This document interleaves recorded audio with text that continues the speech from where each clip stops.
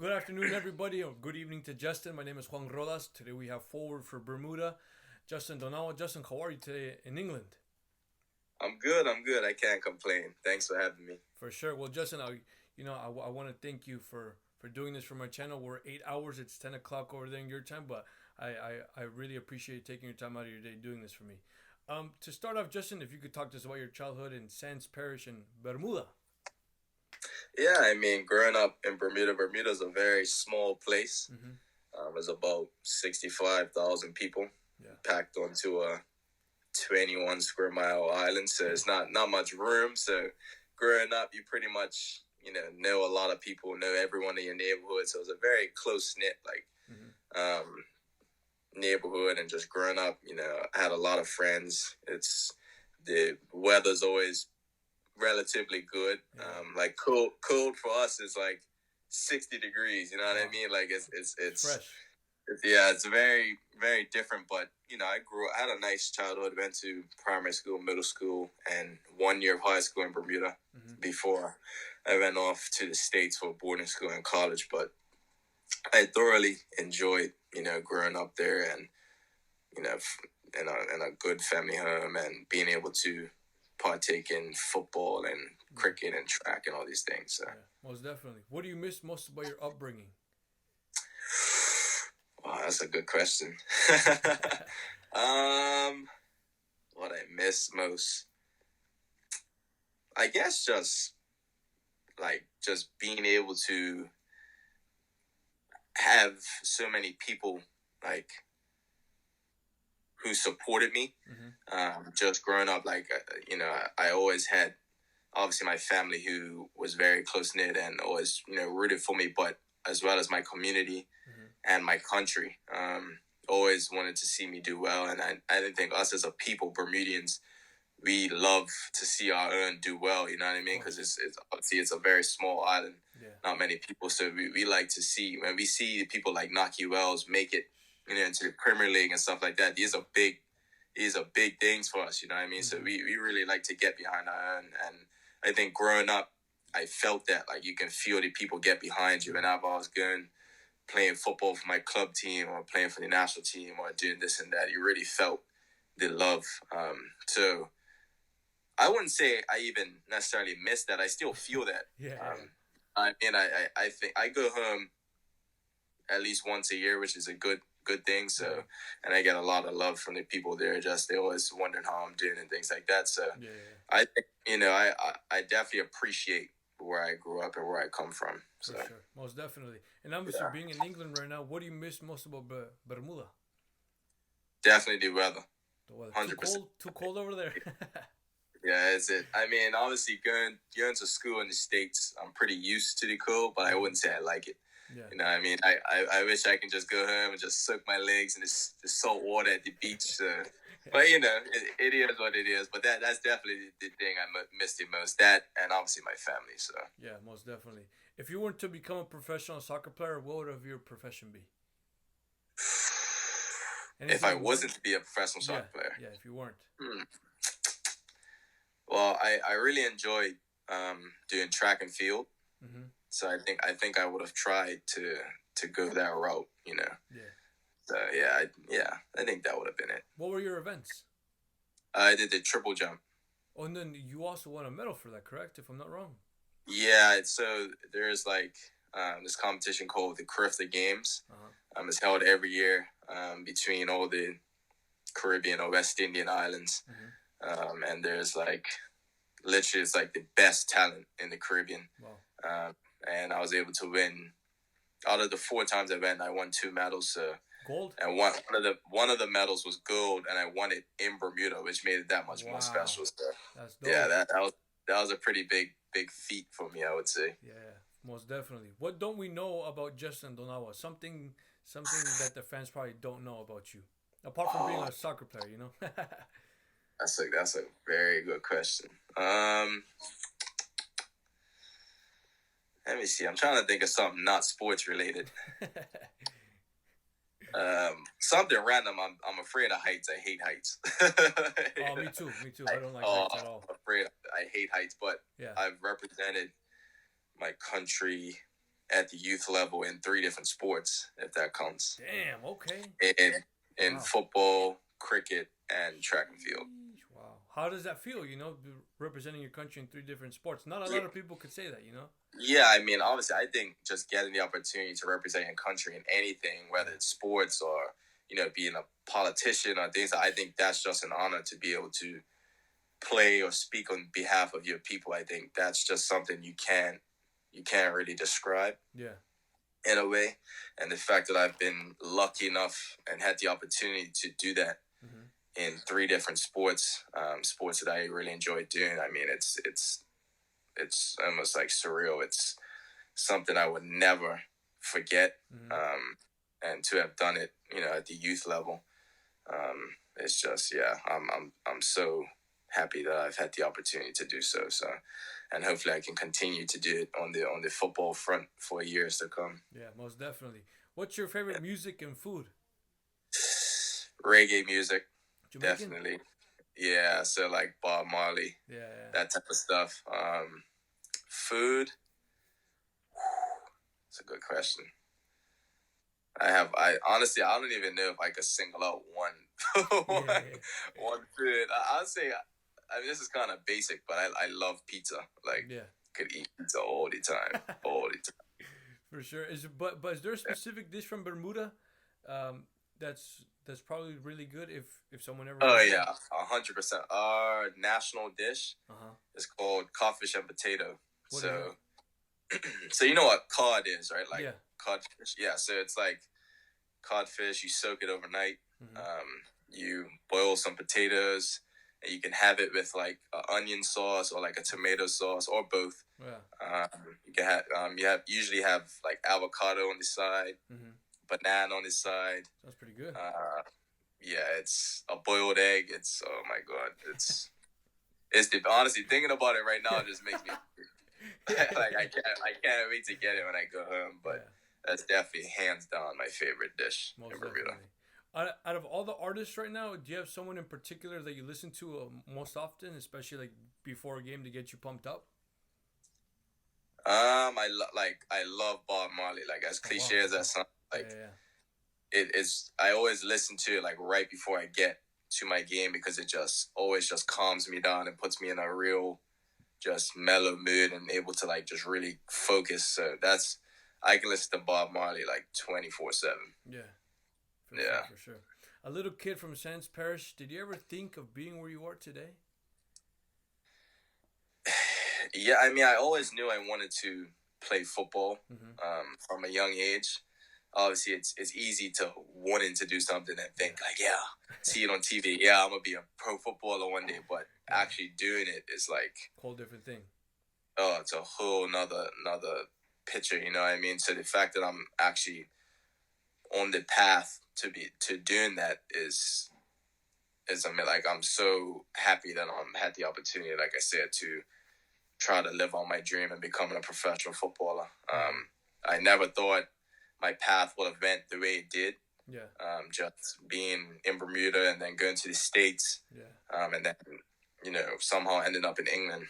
So it's been, it's been rough at times. It's been times where I'm thinking, I wonder if it's going to actually happen.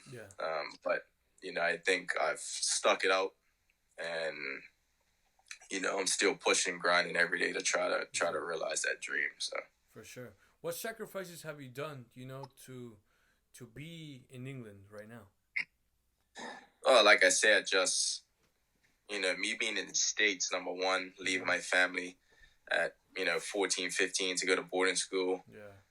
Going on to college for another 4 years. Being away from my family, just trying to realize, I need to do this to get the exposure, get the experience I need to become a athlete at the highest level. And then, after I finished college, I had a few trials here and there.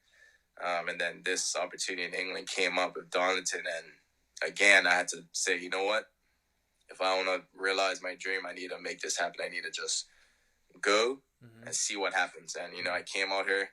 I was lucky enough to do well in preseason, sign with Darlington, and just hit the ground running. And I've had a decent season so far. So it's been, I wouldn't say it's going the way I would have pictured it, but it's definitely going in a positive direction, and I'm happy to see how it's going.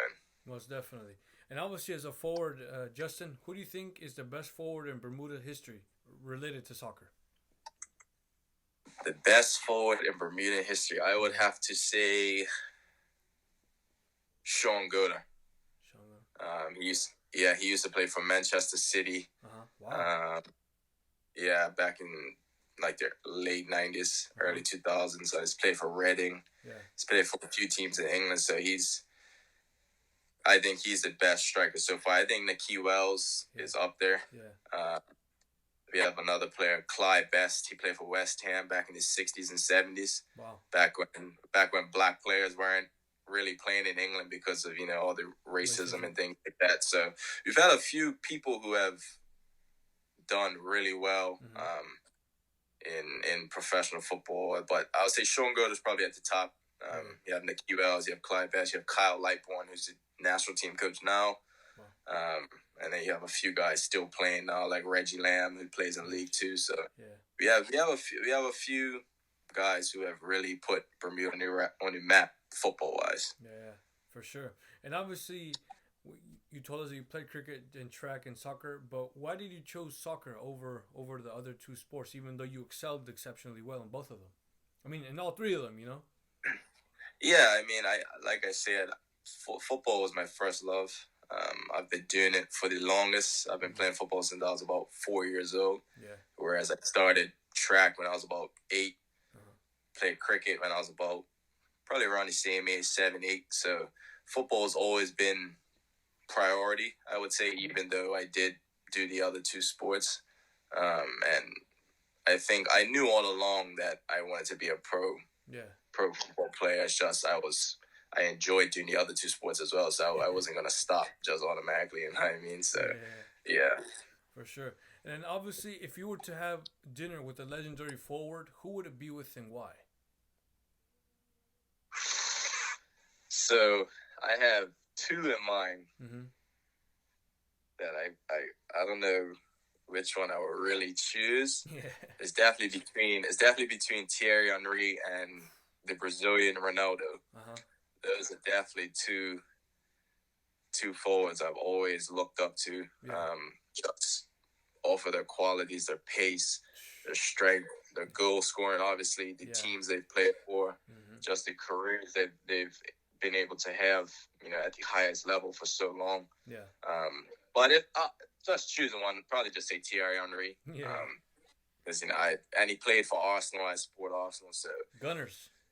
Yeah, unfortunately. but yeah, so if I had to choose one, I'll say Thierry Henry. For sure. So, and I'm guessing as a little kid, you admired someone within soccer. Was it one of them possibly, or was it somebody else that you admired? Yeah, definitely both of those at the same time, I would say. Like, I remember in high school, I used to watch like highlights of them before games, like religiously, I would just study to see how they would use their pace and score goals, and just try to see if I can do the same thing. So both of those guys have definitely, influenced me in a way I can't even, explain. Yeah, for sure. And then obviously in your free time, when you're not practicing or when you're not focused on game days, what do you do in your free time, especially in England? Yeah. So me and a couple guys that I live with, that are my teammates, we try to just go out, get some extra touches. We go to the gym when we can. If we get knocks, we'll go to the gym, go in the pool, just do some stretching, just little things to, keep our bodies in good condition. Other than that, we'll just, lounge around. Sometimes we have to go, not we have to, but sometimes we go and do like community events for our club, where it's like meet and greet. So we'll play with some of the youth age levels in our club, and do things, just little things like that, just to give back to the community. So some days we don't do much. You just relax and enjoy what with free time you have. But other times we're actually like I said, trying to stay fit mainly, and just, help, build our club's image in the community. Yeah, that's great. Any FIFA or Netflix? Oh, I definitely watch a lot of Netflix. I wouldn't say I don't play that much PlayStation or Xbox. I used to when I was younger, but as the years going on, like once I got to college, I didn't play as much. But yeah, definitely watch a lot of Netflix, a lot of shows, a lot of movies. So yeah, for sure. Yeah. How does it feel being Bermudian? How does it feel being from Bermuda? It's just unique, really. Like, we're just a very proud people. We let you know that we're from Bermuda wherever we go. Yeah. We're always waving that flag, no matter what sport, no matter what, who we're supporting. We will let you know that we're there. And we have just a very unique culture. I mean, we tend to be grouped within the Caribbean.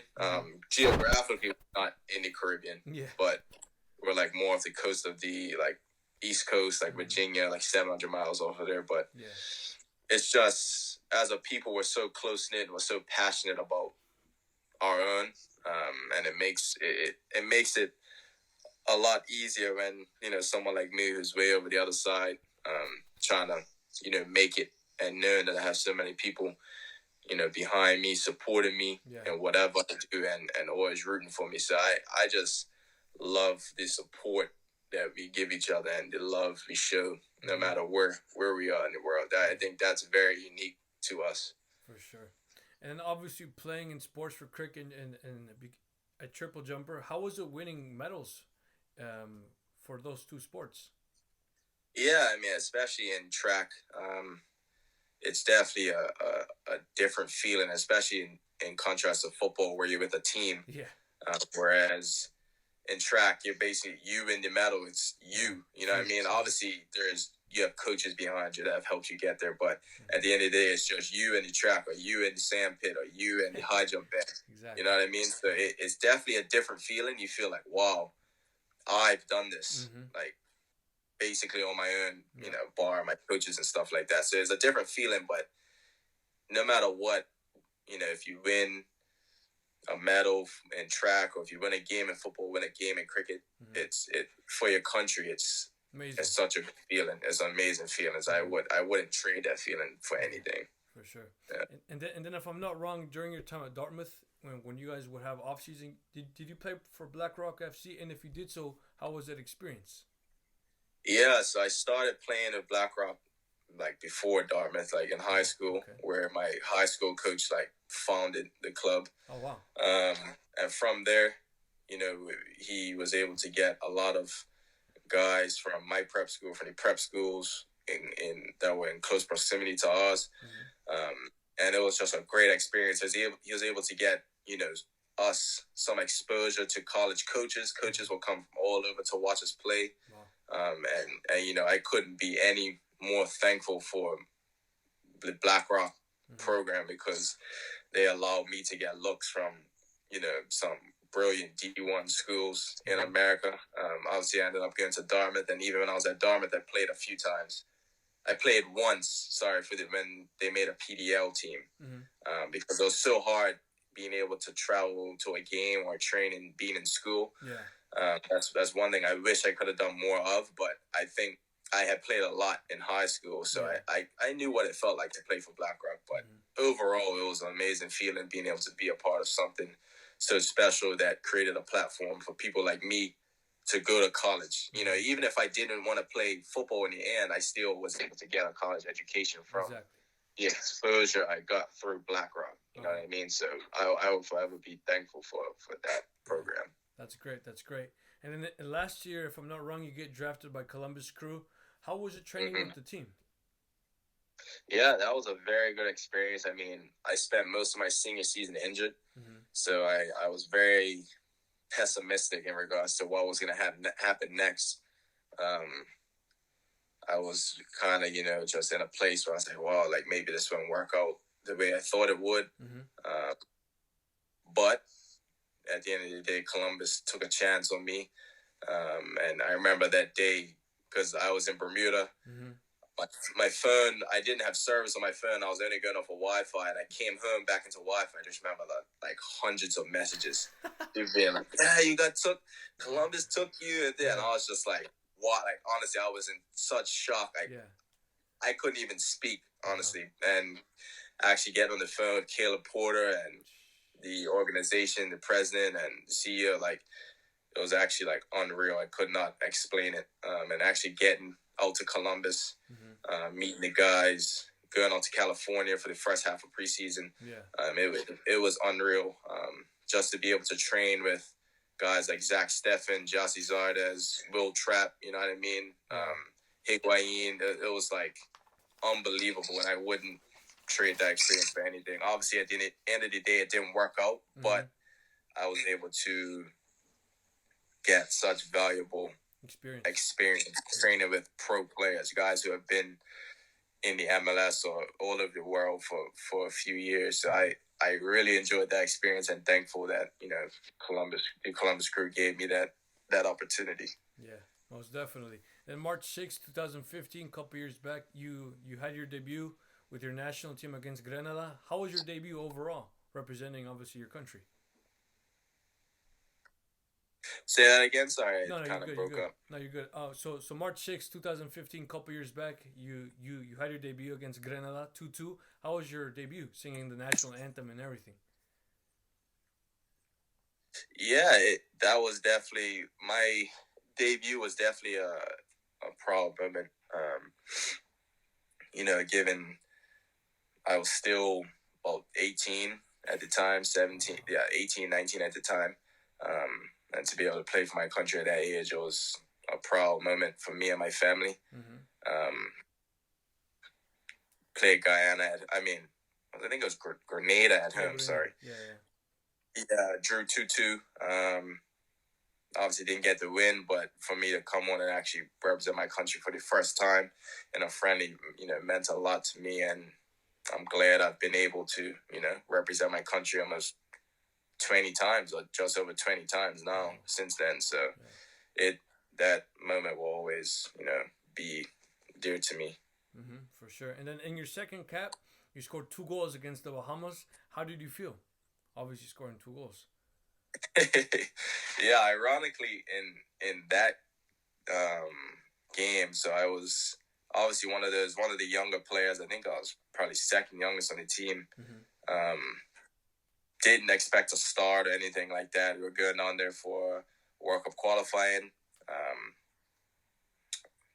But I think one of the starters was feeling a little knock early on, and the coach came to me and was like, "Yeah, I'm gonna start you today." And I was just like, "Wait, what?" I was like, okay, this is I'm gonna have to get ready now, like actually be mentally prepared for this and go out there and put my body in the line. And I went out there and ended up scoring twice, which was just, honestly, I still to this day, I'm just like, wow, I can't believe I did that. Like, honestly, away from home, in my second competitive game for the country. And, my first goal was an absolute, like, screamer from, like, 25 yards out. Second goal was, like, a little volley. So it was, like, I honestly can still remember it to this day. It was a very good experience, and glad I was able to, make an impact in a win like that. I think we ended up winning 5-0 that game. So that was a very good experience. Most definitely. And obviously you played college in the United States and now professional. But what's the difference between the college level and obviously now the pro level? I would say in college, it's not as, at least in the Ivy League, I mean, it was physical, but the physicality I've been playing against within the non-league where I am now, it's unmatched. Like, I remember when I first came out here in the summer, it was just like, I would come on the field and within 2 minutes, I'm just getting absolutely clattered because, it's just the way of football over here done in this league. Whereas in college, it was physical, but not as physical. And I would say the style of play is very fast over here. Whereas I didn't feel it that being that quick where it was in college. So those are like the two main things: the physicality and the speed of play. Sorry, that were the main difference. Yeah, the main differences. Yeah. Mm-hmm. How was your overall experience at Dartmouth, Ivy League school? Yeah, I mean, I loved every moment of it. Obviously, the academics were pretty challenging, but you don't do things for them to be easy. If anything was easy, everybody would do it. You know what I mean? Exactly. So, but I'm thankful to have the opportunity to even go to Ivy League school. Football gave me that that option, and I'm glad I took it, and I enjoyed every second of it. From being a student athlete also presents its challenges, being able to juggle school and the practices and the meetings and this and that. It takes a toll at some point, but it just makes you stronger in the long run. And it really tests your time management and prioritizing things. But I loved it. I was just talking to one of my friends from college, my teammates, earlier, and we were just reminiscing on just the good times we had there. So I really enjoyed Dartmouth. I'm glad I was able to have that experience. Most definitely. And obviously last year in the Gold Cup, Bermuda and Curacao stunned everybody, to be honest. But obviously you played in it. If you could talk to us about the great run that Bermuda had in the Gold Cup. Yeah, the Gold Cup was a very good experience. That was our first, since I've been playing in the national team, our first real test of playing, high level football players, countries that have been in the World Cup. Obviously, our group was us, Nicaragua, Haiti, and Costa Rica. So it, like, for us to be in a group of Costa Rica who had been in the last World Cup, you know what I mean? It was unreal to be playing against guys who have played in the Prem. Joe Campbell. Yeah. Who else was on that team? Brian Ruiz. Yeah, Brian Ruiz, who came off the bench, by the way. When we played. But here's another guy who's played in the Prem and had a lot of experience playing at a high level. It was just unreal being on the field with that caliber of footballer. Yeah. But at the end of the day, we knew we had a job to do. We were out there to win, no matter who we were playing. Exactly. Obviously, we're always going to be looked at as underdogs in those situations. And against Haiti, I think that was a crazy. We had a brilliant first half. We were absolutely knocking them off the park. Yep. They had a few chances that they should have put away, but we put away our first chance. Off a corner, we were up 1-0, controlling the game, and then in the second half, I think our fitness let us down, and they came to life and was able to, win 2-1, and then we went to Dallas again against Costa Rica, who's a better team than Haiti on paper. It was like 98 degrees at like 8 p.m. It was scorching hot. But again, we held our own, lost 2-1. I mean, it's a loss. Obviously, we would have rather to win, but we held our own, and we saw like we can play with these teams. Like we're not afraid of these guys, type of thing. So I think after especially those two games, we came to realize like we can play football. We can play amongst the best. Yeah. And then we went to the Red Bull Stadium and played Nicaragua, and we won 2-0. And I think overall, everybody was pleased with the performance, our football. I think people outside of the Bermudian community could see, like, wow, like these guys can actually play football. You know what I mean? So I think it was a positive experience for everyone involved. Obviously, we would have liked to have progressed out of the group, like anybody would have, but at the end of the day, you have to take the positives and just look back and be like, okay, well, we're making strides in the right direction. Exactly. And out of the games in the Gold Cup, did you have a favorite game that you had during the games? I didn't play in the last one against Nicaragua. I came on as a sub in the first two games. They were both very tough, to be quite honest with you. And the moments in which I came on the pitch in those games were very difficult. We were under a lot of pressure. So I wouldn't say I have a favorite. Both of them I'm glad I was able to even make an appearance and come on. So from that standpoint, yeah, just the fact that I was able to play was good for me. I wish I could have played more, but that wasn't up to me. That was up to the manager. But at the end of the day, I valued all three of those games because it showed that we've come a long way as a country in football. For sure. And obviously now in England, if you could explain to us, how did you get the trial with Darlington? Yeah, so someone at the club here got in contact with my agent. I think sometime late in the spring, and told them, come over and have a trial. They had seen me play because one of my Bermuda teammates was here already, Asaji Bascom. Yeah. And obviously they must have heard of me through him. I got the trial, thankfully, and I came here and had a pretty good preseason. I was able to, get a deal here, which was, great. I was excited. Glad I could start anew almost. I had been in the States for so long that being over here was just a fresh start. Yeah. Just a start. I would forget everything that happened, in the failed trials or whatever over there. Just come over here and just start fresh and hit the ground running. And so far, I've been able to do that. So it was kind of random. Yeah.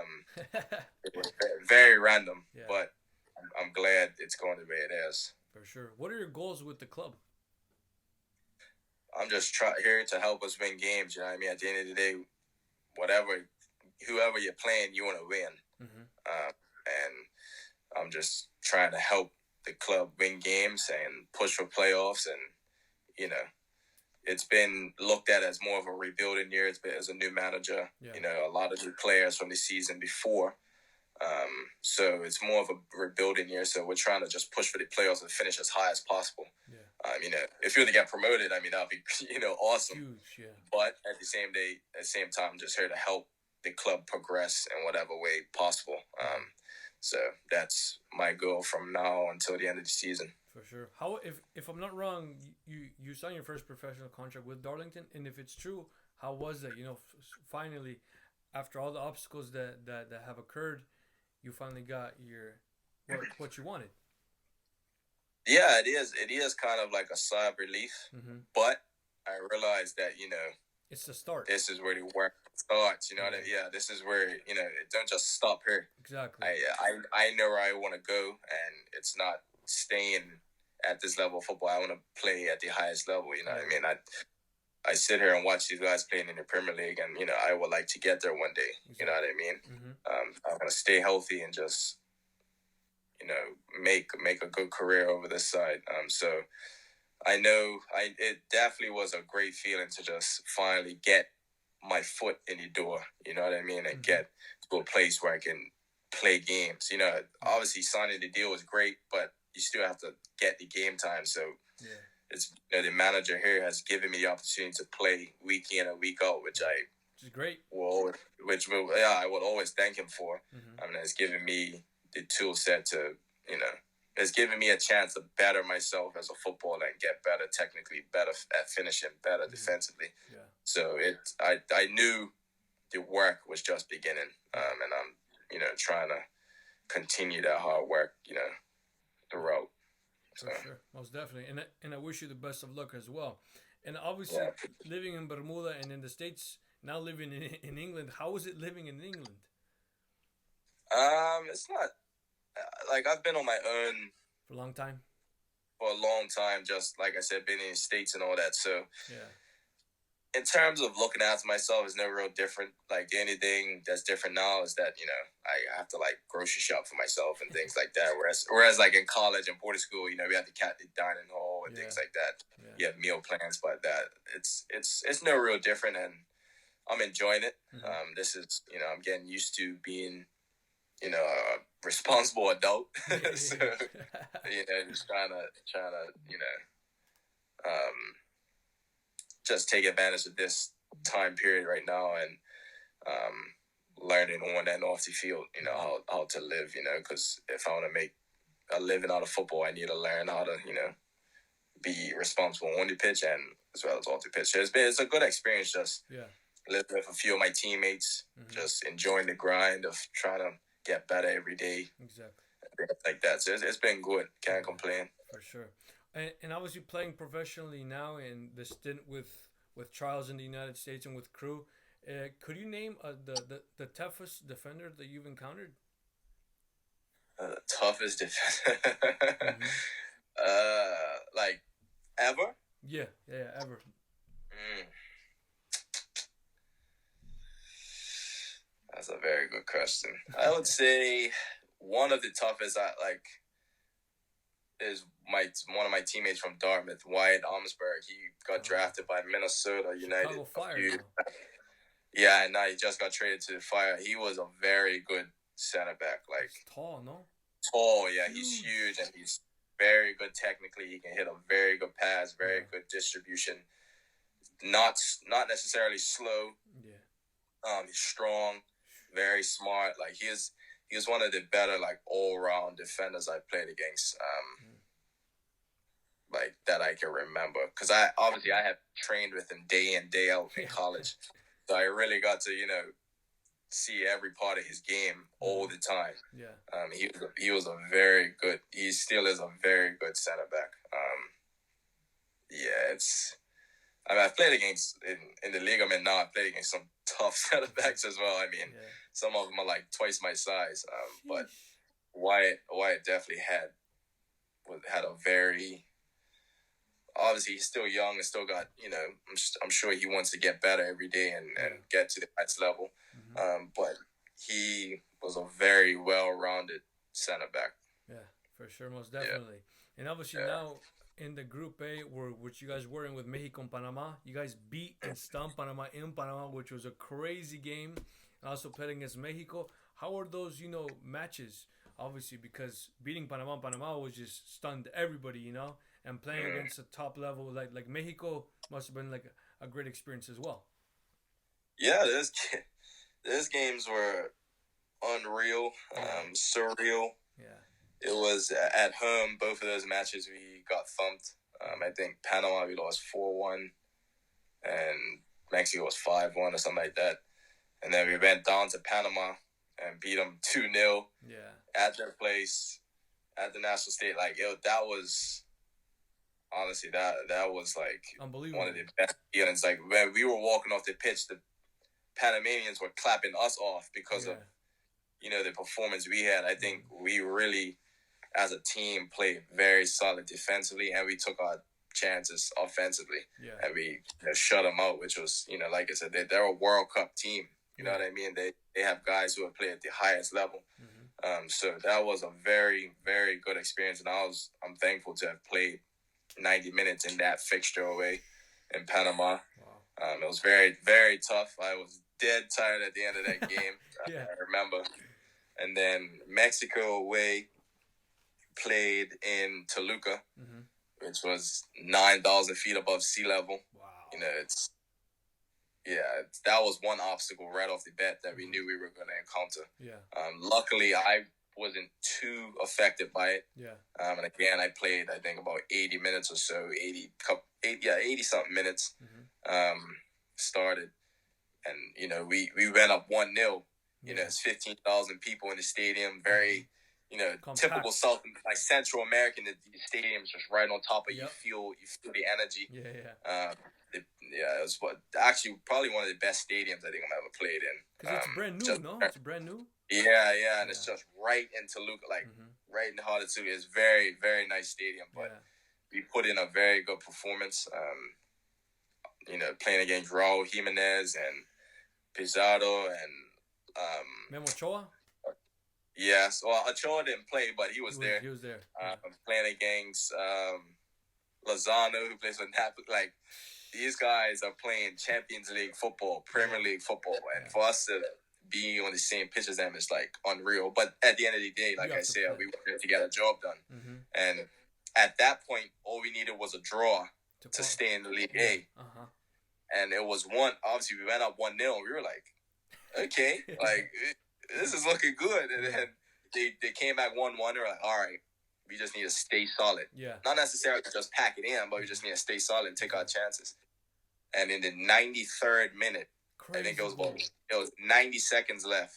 the ball comes into Raul Jimenez. He flicks it around the corner, and can't remember who finished it, but the number 14 put a finish pass to go one-on-one with the goalkeeper. It's just like, man. We were literally less than 2 minutes away from securing League A football in the Nations League and qualifying for the next Gold Cup automatically. And that's how it goes. But again, looking back on it, we can say like, look, progress. We're competing against progress. We're competing against Mexico, Panama, these huge nations who have been to World Cups and things like that. So it's definitely positive, and we just have to deal with the situation right now, and just we have to, I think, do one more round of qualifying to get to the next Gold Cup.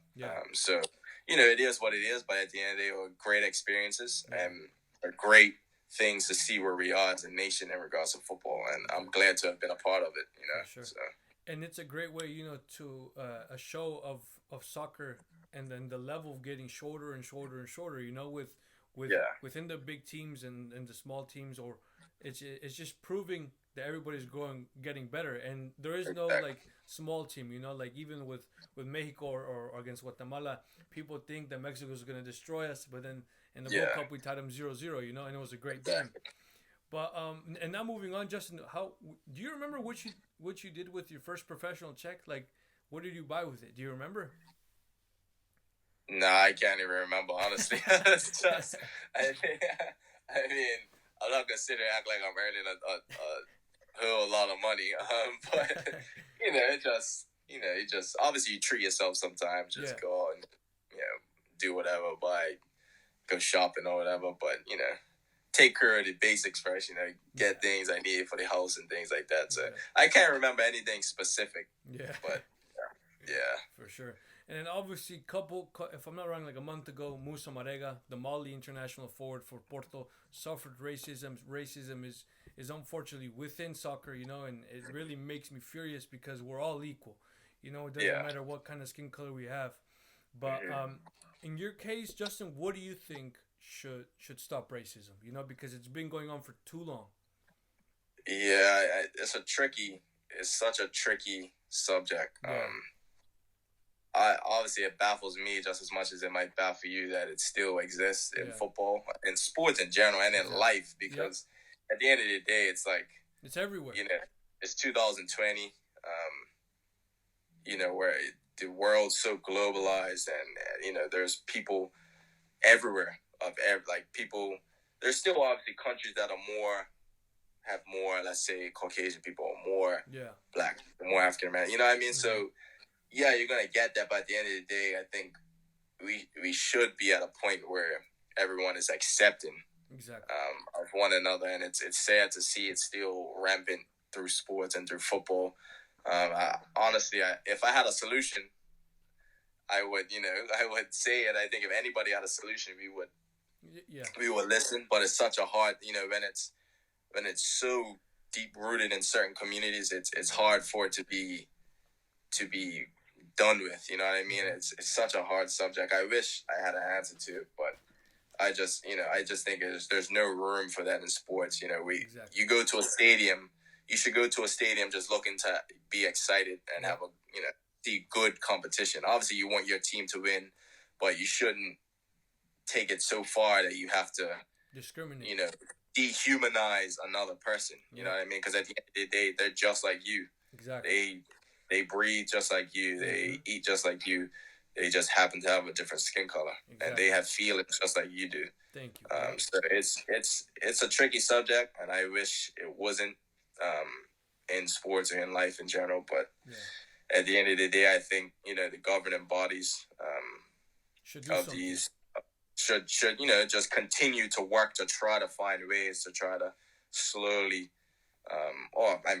preferably as quickly as possible, ease it out of sports. So I think, we're trying to make strides in the right direction to try to get it out. For sure. Completely agree.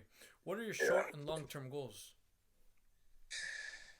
Just trying to make a good career out of football. Like I said, I want to play at the highest level possible. I don't know what that might be. Any time will tell.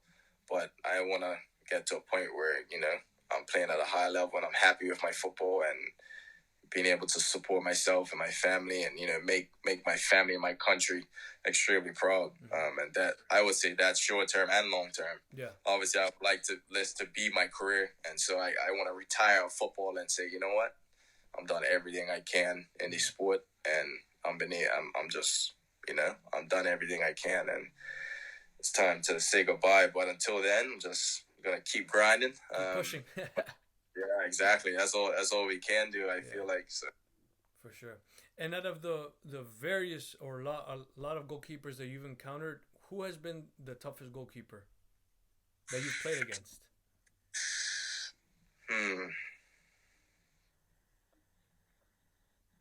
Very good question. Tough one, I'm guessing. Yeah, that's definitely a tough one. I've played against a lot of good goalkeepers. Like, honestly, I don't even know. Honestly, that's a vet. I know the national team goalkeeper for Bermuda, Dale Eve. Yeah, he's a very good goalkeeper. He's huge. He's like 6'4", 6'5". He's had experience at the Premier League level, being at Stoke. As under 23. He's played football league football. He's played for the national team. I think he's a very, very good goalkeeper, very technical, very smart. He's huge. So he's definitely one of them. There's definitely a few. Like, I remember when I was at Columbus, Zach Steffen, very good goalkeeper. But yeah, it's definitely been a few. But those are two I can just right off the bat name. Yeah, for sure. And obviously, being a forward, could you name us the favorite goal that you've scored, and how did you celebrate it? For country or for like anywhere? Anywhere. It's a tough one. So I have a few. Yeah. I think my first goal for Bermuda, which was against Bahamas, it was like the banger from 25 yards out or so, right in the top corner. So that was definitely one of my favorites, and it came on my first World Cup qualifying match. So that's one that sticks out. My first goal for Dartmouth, I had just come off an injury. We're playing Colombia at home, and I scored from about 40 yards. God damn. Jeez. Yeah, so I've had quite a few. I had one in March for Bermuda, where we beat Dominican Republic 3-1. That sent us to the Gold Cup. Wow. And I scored the third goal, which was like kind of like a sigh of relief. Yeah, you know what I mean? And that was one of my favorite goals for Bermuda as well. So there's a three that right off the bat pop up out of my mind. And definitely my first goal for Darlington was, it was a header, and I was just so glad to get off the mark. That's why it just stepped out of my mind, just to get that first one out of the way. And hopefully, and they've come, they've come after that. I'm on 9 now, which is good. I've been on 9 for a bit, though. I need to get in double figures, but 10. So there's definitely a few that stick out my mind. Yeah, definitely. And talk to us about playing the FA Cup, because, and obviously representing Bermuda. Yeah, so with Darlington, we made it to the first round of the FA Cup. Played against Walsall, who's a League 2 team, two leagues above us. So that was, obviously, we knew right off the bat that this was going to be a challenge, but we wanted to win regardless. We went to their place, went up 1-0. It's we were playing very good football, and it's just like, okay, that's when, we can definitely do this. 1,000 traveling Darlington fans. We had the fans behind us. Wow. And we ended up drawing the game 2-2. We scored literally in the last 2 minutes of injury time, a free kick. So we got the replay. I played the last 15 minutes or so. But that was just an amazing experience, and a lot of the Darlington fans said that's one of the best games. That goes down as one of the best Darlington games ever. Wow. And then we got the replay back at our place. I unfortunately wasn't able to be a part of that because we were in Mexico getting ready to play Mexico and Toluca. So unfortunately, I wish I would have been able to be a part of that game, but at the same time, I was able to go down to Mexico and play in a high level match and get 80 minutes underneath my belt against a quality Mexican side. So at the end of the day, I wouldn't necessarily trade one for another, but I do wish I was able to experience the FA Cup replay at our place where we only lost 1-0. Wow. So it was definitely a great experience, and I'm glad I'm able to say I've played in the FA Cup. You know what I mean? Something I've watched on TV for so many years, and I'm able to say, you know what, I'm played in that. So yeah, most definitely. And obviously playing for the national team and playing for club as well. Could you name us your best teammate for national and club? Best teammate. Well, don't want to step on any toes here. But let me see, for club and for country. Or does it have to be one specific one? Like if there's multiple, because I'm pretty sure there's multiple. No, you can name it. Yeah. Let's see, for country. Trying to think. Like for Bermuda, I think we're all so close. Yeah. Like, I don't think you find that very often with teams. Like, sometimes, you know, naturally you're just going to get there's a lot of cliques within Groups, teams. Yeah. Yeah, so it's, you know, that's natural and there's nothing you can do about it. But, like, with our Bermuda team, I think we're all so close. Mm-hmm. So the banter is just, it's unbelievable. We're always just messing with each other, like, everybody. It's, like, and all we can do is just sit back and laugh. So I think, like, with Bermuda, I can't even choose because we're all so close. We're all just chill around each other, and it's always good vibes when it's a national team. I always look forward to those trips. I know it's just going to be hilarious, like no matter who's there. The camaraderie is great there. Yeah, it's unbelievable. And I can, like, at Darlington too, like, especially at this level of football, you wouldn't expect, like, you know, it's not like we're playing the Prem and blah blah blah. Like, we're playing non-league, but the team has just been amazing. Like, especially for somebody like me who's who's a newcomer, I'm foreign. Yeah. Like, they just everybody welcomed me with open arms and really helped me feel a part of the team. So I like all the guys on the team. I honestly can't even single one person out, even if I wanted to. So Sure. To finalize the interview, Justin, if you could talk to us about, you know, the shyest on the team and the jokester of the team on Darlington. Or even in Bermuda too for the national team. I would say at Darlington it's this guy named Jared Rivers. Mm-hmm. He's like he's an unbelievable footballer. Like, he's got such good feet. Yeah. Technically probably the best on the team. Wow. I think 2 seasons ago he played at Blackpool for a season in League One. So he's a very good footballer, but he's like straight. Like, he doesn't talk much. Like, I mean, he still joins in on the banter and stuff, but he's very quiet. Reserved. Yeah, it's just very reserved. But he's such a lovely teammate. Yeah, you know what I mean. Always looking out for guys. So, but he's definitely the shyest, I would say. And the jokester, I mean, a lot of them like to joke, but I'll definitely say this guy Joe Wheatley. Another, he's pretty young. I think he's about 21 now, 22. Wow. No, he might 22 or 23, but he's from Middlesbrough. He's always joking, like non-stop. Like, it never stops with him. Like, but again, a very tidy footballer.